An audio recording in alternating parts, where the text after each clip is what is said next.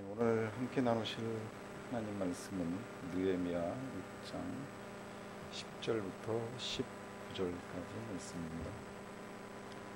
느헤미야 6장 10절부터 19절까지입니다. 구약성경 734면 느헤미야 6장 10절부터 19절까지 말씀을 저하고 여러분들이 한 절씩 교독으로 읽도록 하겠습니다. 이후에 무엘다벨의 손자 들라야의 아들 스마야가 두문불출하기로 내가 그 집에 가니 그가 이르기를 그들이 너를 죽이러 올 터이니 우리가 하나님의 전으로 가서 외소 안에 머물고 그 문을 닫자. 저들이 반드시 밤에 와서 너를 죽이리라 하기로.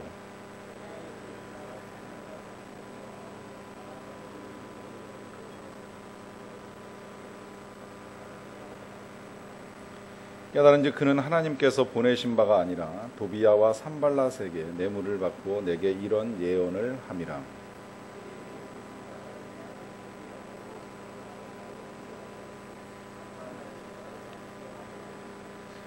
내 하나님이여 도비야와 산발랏과 여선지 노아다와 그 남은 선지자들 곧 나를 두렵게 하고자 한 자들의 소행을 기억하옵소서 하였노라.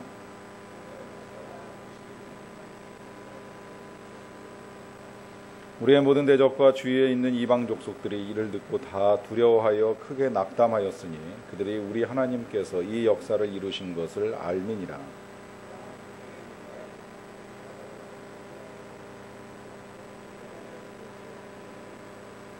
도비야는 아라의 아들 스가냐의 사위가 되었고 도비야의 아들 여호하난도 베레가의 아들 무술람의 딸을 아내로 맞이하였으므로 유다에서 그와 동맹한 자가 많음이라.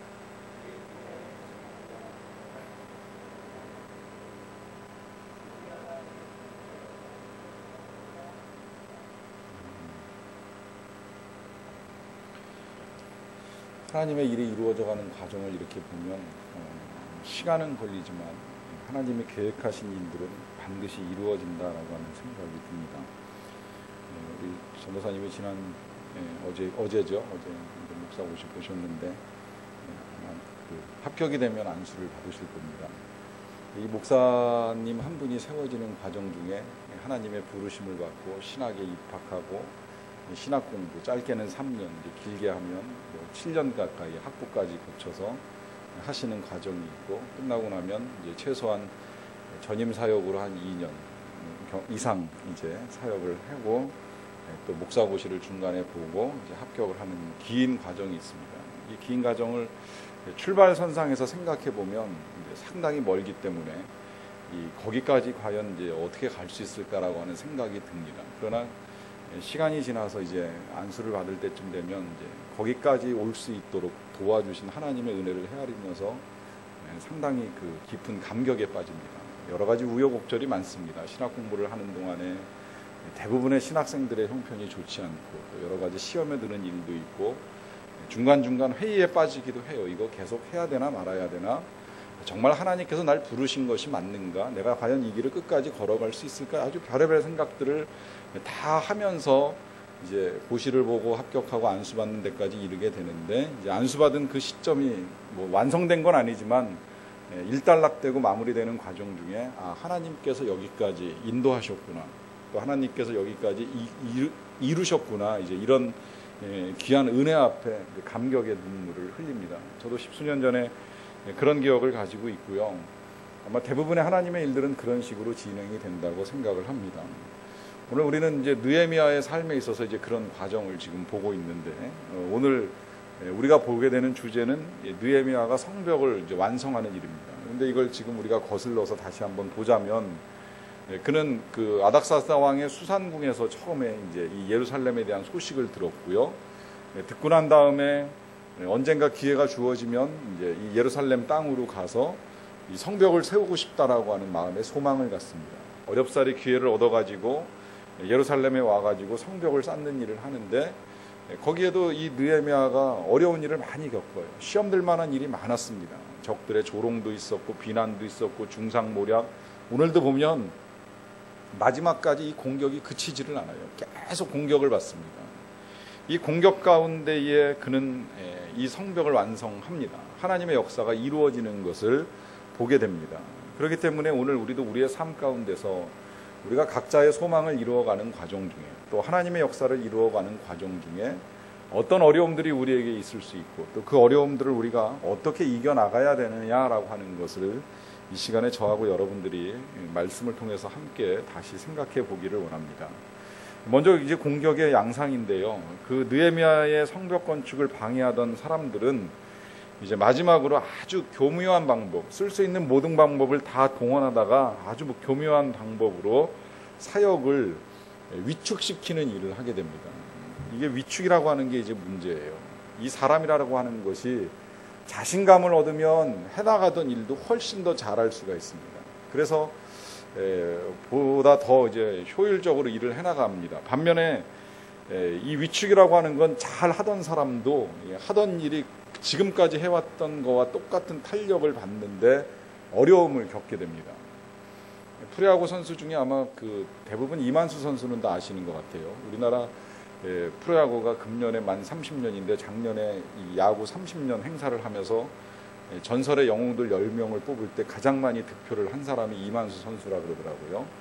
그 이만수 선수의 전설적인 이야기가 나오는 걸 어떻게 볼 기회가 생겼는데 그에 관련된 에피소드 가운데 이제 그는 늘 자신감이 충만했던 사람입니다. 기록도 많아요. 뭐 우리나라 프로야구에 첫 안타를 때리고 첫 홈런을 때리고 또 3년 연속 뭐 골든글러브 상을 받고 하면서 또 100호 홈런을 당시에 김봉현 선수하고 뭐 경쟁을 하다가 결국에는 최초의 100호 홈런을 날린 선수로도 이름을 올리고 하면서 많은 기록을 세우는데 이 선수가 그 포수잖아요. 원래 포지션이. 이제 포수석에 앉으면 그가 주로 하는 일이 뭐냐면 타자들을 위축시키는 일을 하는 거예요. 앉아가지고 이제 혼자서 아니면 그 선수를 상대로 해서 계속 말을 시키는 겁니다. 근데 말을 시키는데 어떤 식으로 말을 시키냐면 대구에 와서 이제 경기를 하잖아요. 이만수의 홈은 대구고 이제 상대팀은 어웨이 경기를 하는 거예요. 그런데 대구에 와서 경기를 치르는 선수가 타석에 딱 들어섰을 때 네 와이프 어제 나이트에 있더라 이런 식으로 이야기를 한번 툭 던져놓는다는 겁니다. 그러면 이 이야기를 들은 선수의 실제적인 고백이에요. 그 순간부터는 공이 스트라이크로 오르는지 볼로 오는지 이게 보이는 게 아니라 그때부터 이게 사실이야 거짓이야 이 고민하다가 삼진아웃 당하고 덕아웃에 들어가면 집에 전화를 해본다는 겁니다. 그러면 분명히 이제 집사람은 서울에 있는데 내가 언제 대구를 갔냐고 하면서 이제 오히려 더 의아하게 생각을 하겠지요. 그러고 다시 그 다음에 이제 순번이 돌아가지고 또 타석에 와서 거짓말하지 말라고 하면 이만수가 그런 이야기를 또 한다는 거예요. 넌 와이프 말을 믿느냐고. 그러면 또 이 선수가 그런 거 하면서 또 혼란이 일으켜가지고서 또 삼진아웃을 당하고 들어가는 일들이 수없이 일어난다는 거예요. 그래서 나중에 이제 심판들한테 요청을 해가지고 그가 포수석에 앉아가지고 선수를 위협하거나 선수를 혼란스럽게 하는 어떤 발언도 하지 못하도록 제재를 가해달라고 하는 요청까지 했다고 하는 겁니다. 그런데 이제 그런 제재를 받고 나니까 이 선수가 취한 방법이 뭐냐면 자기 혼잣말을 하는 거예요. 타자한테 말을 걸 수 없으니까 뭐 오늘 날씨 좋은데 끝나고 팔봉산에 올라가서 맥주나 시원하게 한 잔 마셔야 되겠다 뭐 이런 식의 이야기를 하면서 혼잣말을 하니까 이건 제재할 방법이 없는 거예요. 그러면서 계속 타석에 있는 사람들을 흔들어 놓기 시작을 하는 겁니다. 여기에서만 끝나는 것이 아니라 이제 본인이 타석에 서가지고 워낙에 잘 치는 선수이다 보니까 홈런을 치고 나면 다른 선수들 같이 이 베이스를 세 군데 밟고서 홈에 들어올 때 그냥 뛰어갔다 오는 게 아니라 뛰어가면서 수비에 있는 선수들을 다 약을 올리고 한 바퀴를 돈다는 거예요. 뭐 지나가면서 악수도 한번 해보자 그러고 이제 아니면 손을 흔들어 보기도 하고 앞에서 춤을 추기도 하고 그러면서 들어오니까 본인은 자신감이 충만해지고 상대방은 위축돼가지고 야구를 할 수 없게 만드는 이런 식의 플레이를 해왔다는 거예요. 근데 그런 선수가 늘 자신감이 충만해서 야구를 하는데 어느 한순간 추락의 길을 걷는 일을 경험하게 됩니다. 그게 뭐냐면 이제 대구에서 한번 시합을 할 때 자기 팀 선수가 8대2로 지고 있었어요. 그날따라 이제 경기가 안 풀리고요. 특히 이 선수는 그날 자기 아들이 학교 선생님을 초청해가지고 일부러 VIP석에 앉혀놓고 아빠의 경기를 이제 보게끔 이렇게까지 했는데 이 경기에서 한 번 안타를 못 때리고 팀은 8대2로 지고 있으니까 이제 본인도 좀 화가 나고 관중들도 상당히 이제 열이 받은 상태였어요. 그렇지만 지더라도 보는 사람들 마음에 좀 기쁨을 가져다 줘야 되겠다라고 하는 생각을 가지고 한 번쯤은 안타나 적어도 홈런은 쳐야 되겠다. 뭐 이제 이런 식의 생각을 가지고 타석에 섰는데 모처럼 공을 하나 딱 쳤는데 이번에도 피처 앞 땅볼로 이제 일루를 제대로 밟지도 못하고 죽게 된 거예요. 돌아오는데 얼마나 화가 나겠어요. 보는 관중들도 화가 났는지 관중 중에 한 사람이 맥주 캔을 하나 던졌다는 거예요. 마시지도 않은 캔을 던졌는데 이게 선수한테 맞은 겁니다. 맞고 나니까 이 선수가 화가 나가지고 그 이만수 선수가 그 캔을 가지고 다시 관중석으로 던져버렸어요.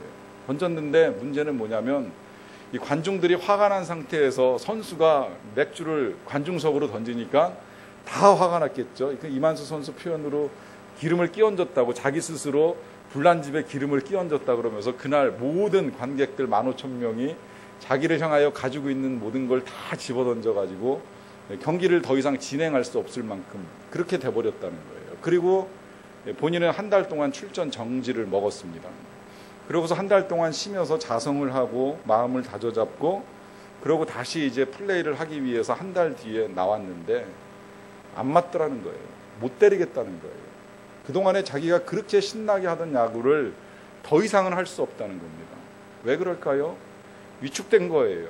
한 달 전에 그 충격적인 사건 때문에 이제 그동안에 그렇게 철철 흘러넘치던 그 자신감들을 다 잃어버리고 더 이상 뛸 수 없는 선수가 돼버렸어요. 그래서 마지막엔 전전긍긍하다가 본인도 고백하기를 도망가다시피 미국으로 도망가가지고 어떻게 이제 플레이 코치 자리를 얻어가지고 이제 공부를 하고 이제 때가 되어서 다시 부르심을 받고 이제 들어오게 됐다는 이야기를 합니다.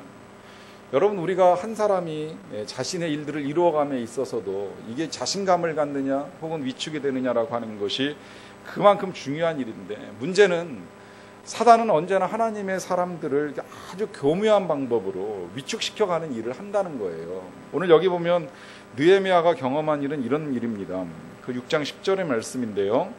이후에 무엘다벨의 손자 들라야의 아들 스마야가 누군지는 정확하게 알려져 있지는 않지만 아마 예언을 하는 능력을 가진 사람이라고 볼 수 있고요. 또 느헤미야하고는 깊은 관련을 가졌던 사람이고요. 그리고 이 성전을 만드는 일에 함께 참여했던 사람이라고 볼 수 있습니다. 그런데 그 스마야가 갑자기 두문불출하는 거예요. 나타나질 않는 거예요.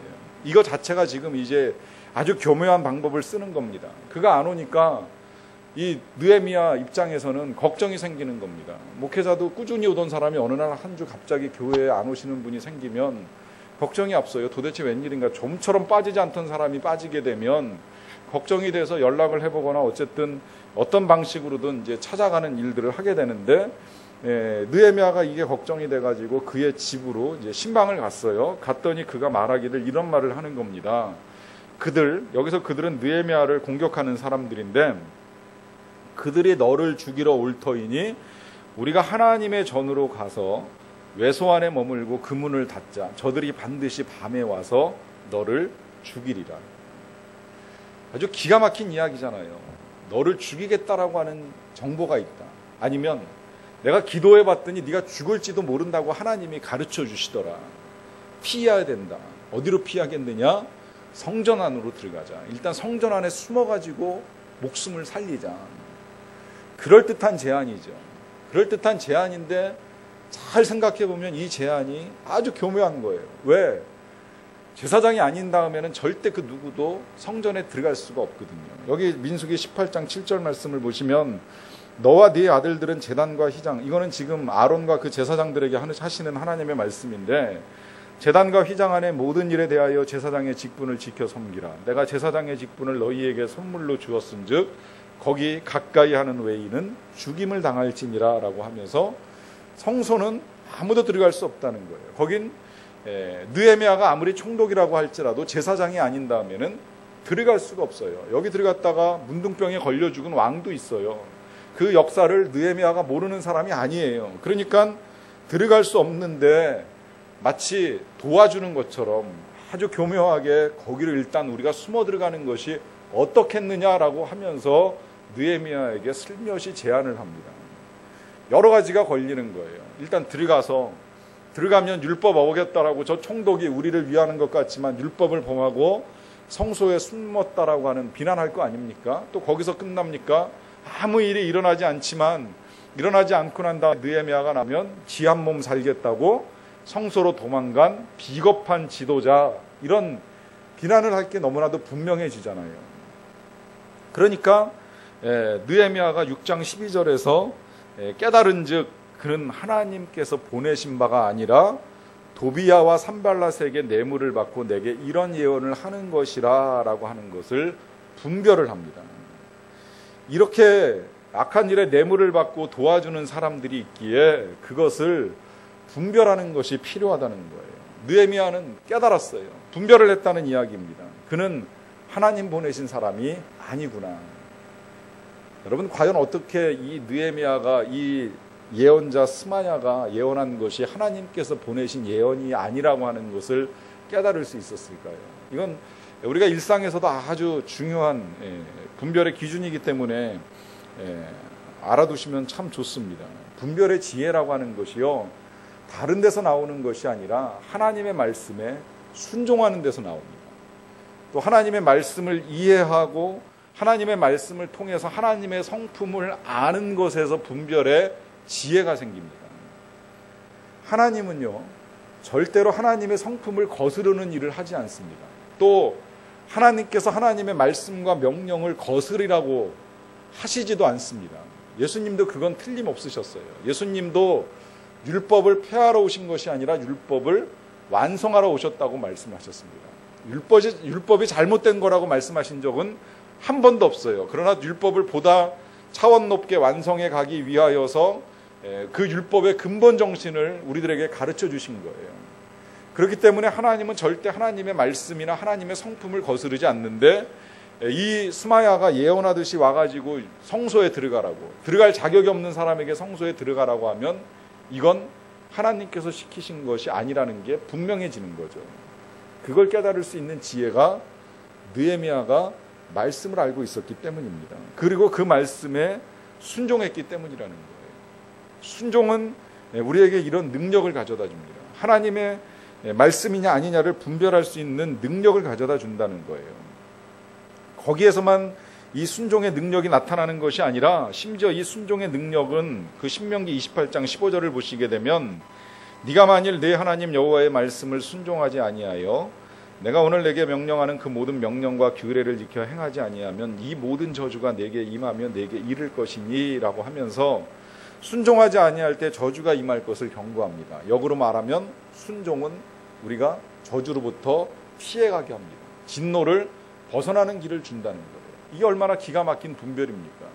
순종하면 망하고 순종하면 망하지 않고 순종 안 하면 망한다라고 하는 게 너무 자명하다 보니까 느헤미야는 말씀에 순종하면서 유혹을, 이 교모한 악한 유혹을 이길 수 있는 길을 열어간다는 거예요. 그렇게 보면요, 이 분별이라고 하는 건 말 그대로 성벽입니다.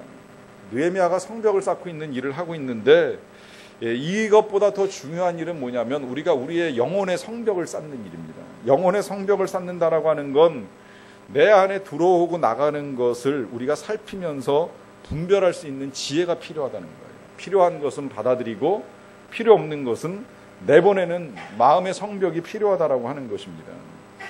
그래서 좋은 것, 선한 것들은 늘 우리의 가슴 속에, 우리의 마음 속에, 우리의 영혼 속에 채워나가야 되고요. 또 부정한 것, 더러운 것이 있으면 계속해서 기도 가운데 내버리는 일들을 할 때 우리가 마음의 성벽을 가지고 그 성벽 안에 주의 성령을 충만하게 채워나갈 수 있다는 겁니다. 그럴 때에 오늘 이 느헤미야처럼 속임수에서 벗어나서 더 나아가서는 진노로부터도 자신을 지키는 하나님의 은혜를 누릴 수 있게 된다는 거예요. 그래서 성벽 재건보다 더 중요한 건 분별하는 지혜를 길러나가는 것이라 하는 것입니다.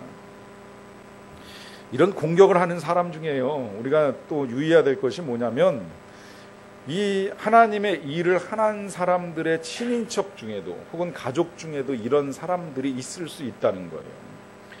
느헤미야 6장 17, 18절을 보시게 되면요, 또한 그때의 유다의 귀족들이 여러 번 도비야에게 편지를 하였고 또 도비야의 편지도 그에게 이르렀으니 도비야는 아라의 아들 스가냐의 사위가 되었고 도비야의 아들 여호하난도 베레가의 아들 무슬람의 딸을 아내로 맞이하였으므로 유다에서 그와 동맹한 자가 많음이라 그래요.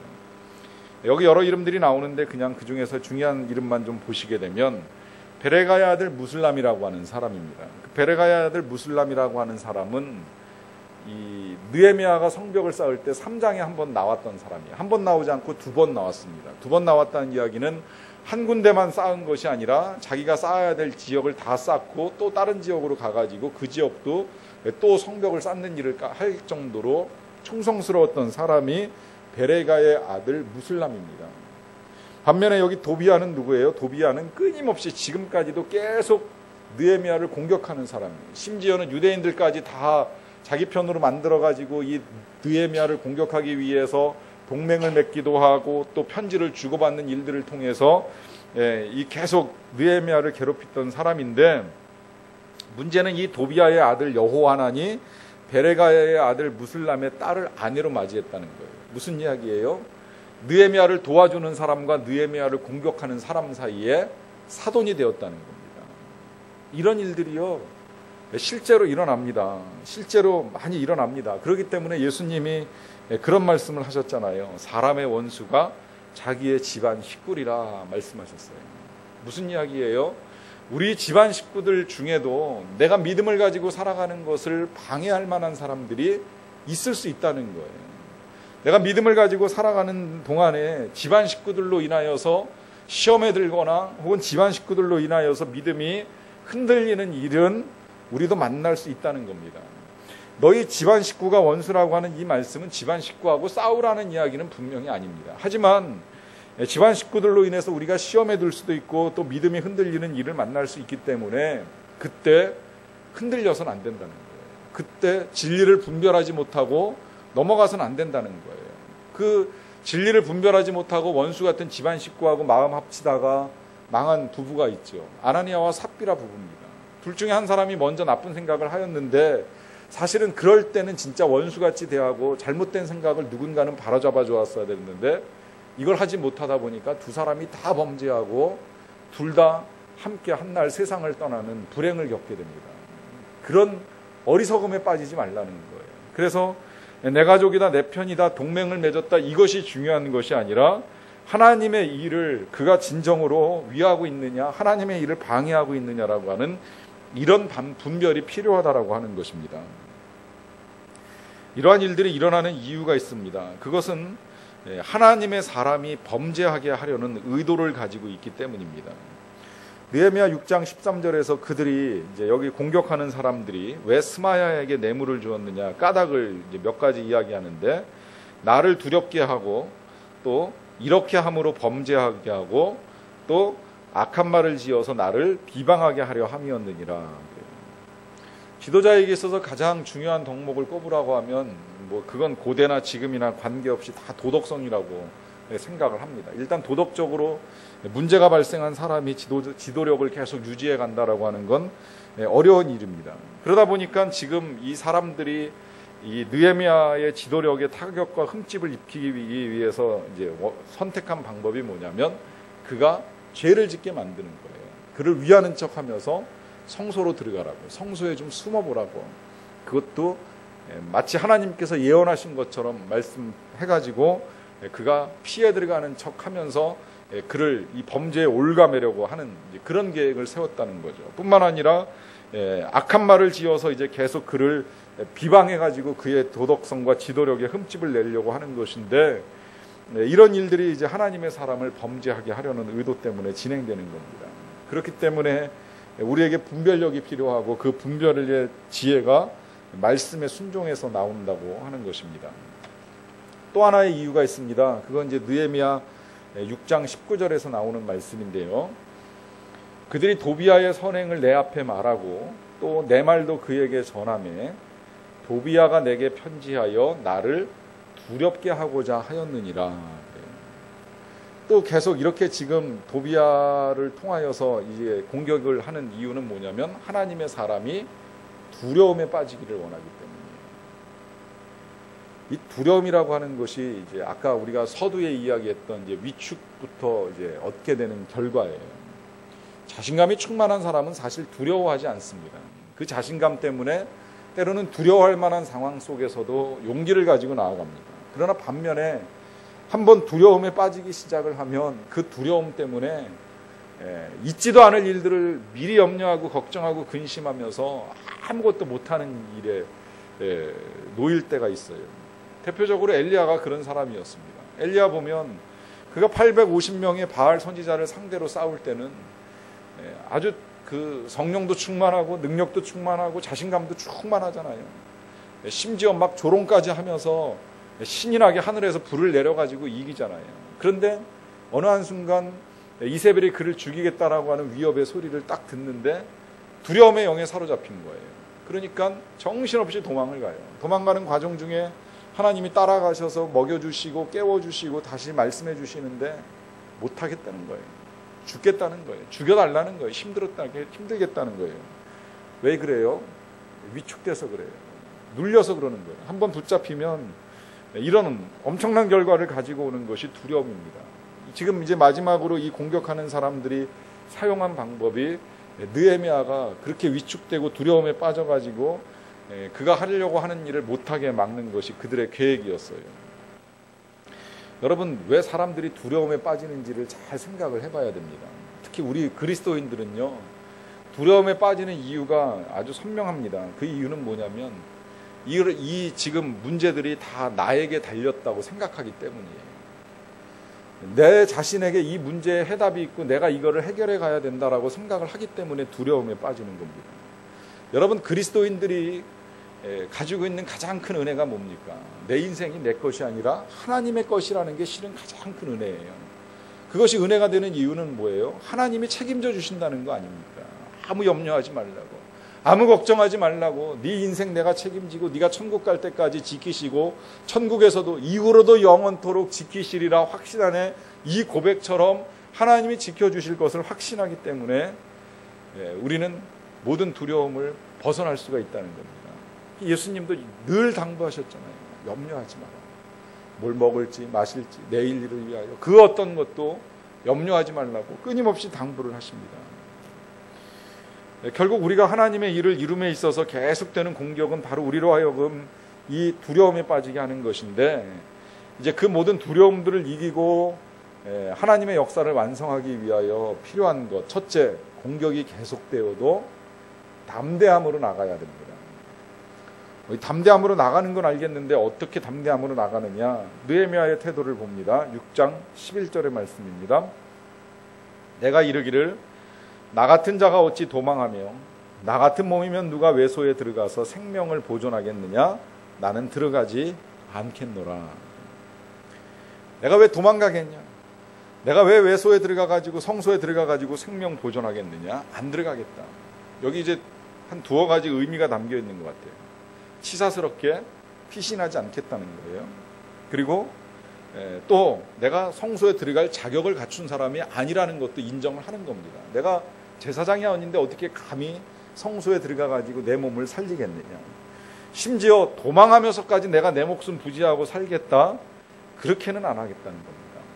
이 모든 생각의 근본에 뭐가 자리를 잡고 있는 거냐면 하나님을 향한 경외심이 자리를 잡고 있습니다. 하나님을 향한 두려움이 세상을 향한 두려움을 이기게 합니다. 하나님을 경외하는 마음이 세상이 주는 두려움을 이길 수 있는 힘을 줍니다.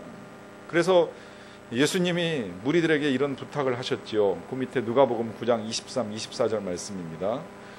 또 무리에게 이르시되 아무든지 나를 따라오려거든 자기를 부인하고 날마다 제 십자가를 지고 나를 따를 것이니라. 누구든지 제 목숨을 구원하고자 하면 잃을 것이요 누구든지 나를 위하여 제 목숨을 잃으면 구원하리라. 예수님도 부탁을 하시는 거예요. 목숨 아까워하지 말고 목숨을 잃으면 오히려 구원받을 수 있다고까지 말씀하시면서 우리의 영과 혼을 다스리시는 하나님께 맡기고 나아갈 것을 부탁하십니다. 이것이 우리가 담대함을 가질 수 있는 원천이라는 거예요. 그래서 이제 두 번째로 보시게 되면 그 담대함이 결국은 하나님을 의지할 때에 얻을 수 있다는 것을 느헤미야의 태도를 통해서 보게 됩니다. 느헤미야가 또 하나님께 기도하는 거예요. 내 하나님이여, 도비야와 산발락과 여선지 노아다와 그 남은 선지자들 곧 나를 두렵게 하고자 한 자들의 소행을 기억하옵소서. 여기서 이제 하나님을 의지한다라고 하는 것이 무엇인가를 우리가 또 보게 되는데요. 첫째는 기도하는 것이 하나님을 의지하는 것. 이건 뭐 틀림없어요. 가만히 생각해 보니까 느헤미야가 저 멀리 수산궁에서부터 시작을 해가지고 이 예루살렘에 와가지고 이 성벽을 이루는 데 있어서 그가 끊임없이 이렇게 이 일을 추진하고 결국은 그 성벽을 52일 만에 완성할 수 있었던 능력 무엇일까요? 그는 기도하는 사람이었기 때문이라는 거예요. 그는 예루살렘의 소식을 들으면서 기도했어요. 또 왕을 만나러 나가는 자리에서 기도했어요. 예루살렘에 도착해서 기도를 드리고 예루살렘에서 이 성벽을 쌓아 나가는데 조롱을 들을 때도 기도하고 비방을 받을 때도 기도하고 중상모략을 만날 때도 기도하고 협박을 당할 때도 기도하고 또 공동체 안에 갈등이 생겨가지고 어려움에 직면했을 때도 기도하고 심지어는 믿었던 스마야가 배신하고 교묘한 방법으로 뇌물을 받고 자기를 속이려고 하는 이 순간에도 그는 기도하면서 이겨나간다는 거예요. 기도가 하나님을 의지하는 것이고 거기서부터 능력이 나오는 것을 너무나도 잘 알고 있기 때문입니다. 그 다음에 또 하나님을 의지한다라고 하는 건 결국 하나님의 말씀만을 믿고 따르고 순종하는 것을 의미합니다. 그러면 담대해질 수 있어요. 마틴 루터가 종교개혁을 일으킬 때의 그 대상이었던 로마 교황청은 실로 어마어마한 조직입니다. 아무도 흔들 수 없는 성역이었어요. 그 성역을 상대로 해서 마틴 루터가 종교개혁을 이룰 수 있는 힘이 무엇이었겠습니까? 일개 개인이 그 대단한 조직체를 상대로 싸워 이길 수 있는 힘, 그는 하나님의 말씀을 붙든 거예요. 말씀에 비추어 볼 때 이건 아니다. 교회는 이럴 수가 없다. 하나님의 말씀에 따라 교회가 다시 세워져야 된다라고 하는 생각이 너무나도 분명하니까 그는 교황청을 상대로 맞서 싸우면서 진리를 선포하고 새롭게 교회를 일궈나가는 일을 하게 됩니다. 그것이 말씀을 분명히 알고 그 말씀에 따라 살아왔기 때문에 가능한 일이라고 하는 것입니다. 그 다음에 또 하나 거기에 이제 하나님을 의지하는 그 느헤미야의 태도 보면 그 6장 14절 마지막에 보면 이런 기도를 드리죠. 이렇게 한 자들의 소행을 기억하옵소서 그래요. 소행을 기억해 달라고 하는 건 결국 무슨 이야기가 되는 거예요? 하나님께 맡기는 거예요. 자신을 힘들게 하고 괴롭게 하였지만 그 모든 일들에 대한 갚음, 보복, 복수 이 모든 것들은 다 하나님이 하십시오. 하나님의 손에 올려드립니다. 맡겨드리는 겁니다. 자신의 힘으로 판단하고 자신이 하려고 하는 모든 생각들을 다 내려놓고 하나님께 맡길 때에 하나님을 의지할 수 있다는 겁니다. 그리고 이제 또 하나 믿어야 될 것이 한 가지가 있습니다. 완성되는 역사를 위하여 우리가 믿어야 될 것이 세 번째로 뭐냐면 온갖 방해에도 불구하고 하나님의 역사는 성취된다는 거예요. 여기 느헤미야가 진행하는 성벽의 역사는 52일 만에 끝이 나게 되었습니다. 집중했어요. 열심히 일을 했어요. 흔들리지 않았어요. 오직 하나님이 하실 것을 믿었어요. 왜? 예레미야 33장 2절을 통해서 이미 예언을 하셨거든요. 일을 행하시는 여호와 그것을 만들며 성취하시는 여호와 그의 이름을 여호와라 하는 이가 이와 같이 이르시도다라고 하면서 성취하시는 하나님이신 것을 믿었기에 하나님께서 그 역사를 성취하심을 믿었기에 그는 이 짧은 시간에 집중해서 하나님의 놀라운 일들을 이루는 결과를 경험하게 됩니다. 마지막 그래서 결국은 하나님께서 이 모든 역사를 이루셨음을 모든 사람들이 다 알게 되고 방해자들이 낙담하는 것을 우리가 봅니다. 느헤미야 6장 16절 말씀인데요. 우리의 모든 대적과 주위에 있는 이방 족속들이 이를 듣고 그러니까 성벽이 완성되었다라고 하는 소식을 듣고 다 두려워하여 크게 낙담하였으니 그들이 우리 하나님께서 이 역사를 이루신 것을 알미니라. 이 본문 요절 이 16절을 보게 되면 반전이 일어났습니다. 그들이 계속해서 느헤미야에게 가져다 주려고 했던 것이 뭐예요? 두려움이었습니다. 두려움을 가지고 느헤미야를 위축시키고 느헤미야의 성벽 건축을 방해하려고 온갖 애를 썼어요. 그런데 지금 이 성벽이 완성되고 나니까 주위에 있는 이방 족속들이 어떻게 해요? 다 두려워해요. 왜 두려워한다 그래요? 하나님께서 이 역사를 이루신 것을 알기 때문에 두려워하고 낙담한다 그래요. 왜 낙담하겠습니까? 하나님의 일을 막을 수 없구나. 우리는 저 일을 방해하기 위해서 그토록 애를 써왔지만 우리가 방해한다고 해서 하나님의 일이 중단되는 것은 아니구나라고 하는 것이 너무 명백하게 드러나다 보니까 원수마귀 대적의 세력들이 낙담하고 위축되는 것을 보게 됩니다. 여러분, 이 사건을 통해서 하나님이 우리에게 주시는 몇 가지의 메시지가 너무나도 분명해지죠. 그것은 뭐냐면 하나님께서 우리에게 주신 거룩한 소망들, 하나님의 역사들은, 하나님의 역사에 대한 우리의 기대들은 절대 어떤 어려움이 있어도 중단되지 않는다는 겁니다. 멈추지도 않고 무너지지도 아니합니다. 더 나아가서 아무리 힘들고 어려운 공격이 있다고 할지라도 반드시 반전의 역사가 나타나게 돼 있다는 거예요.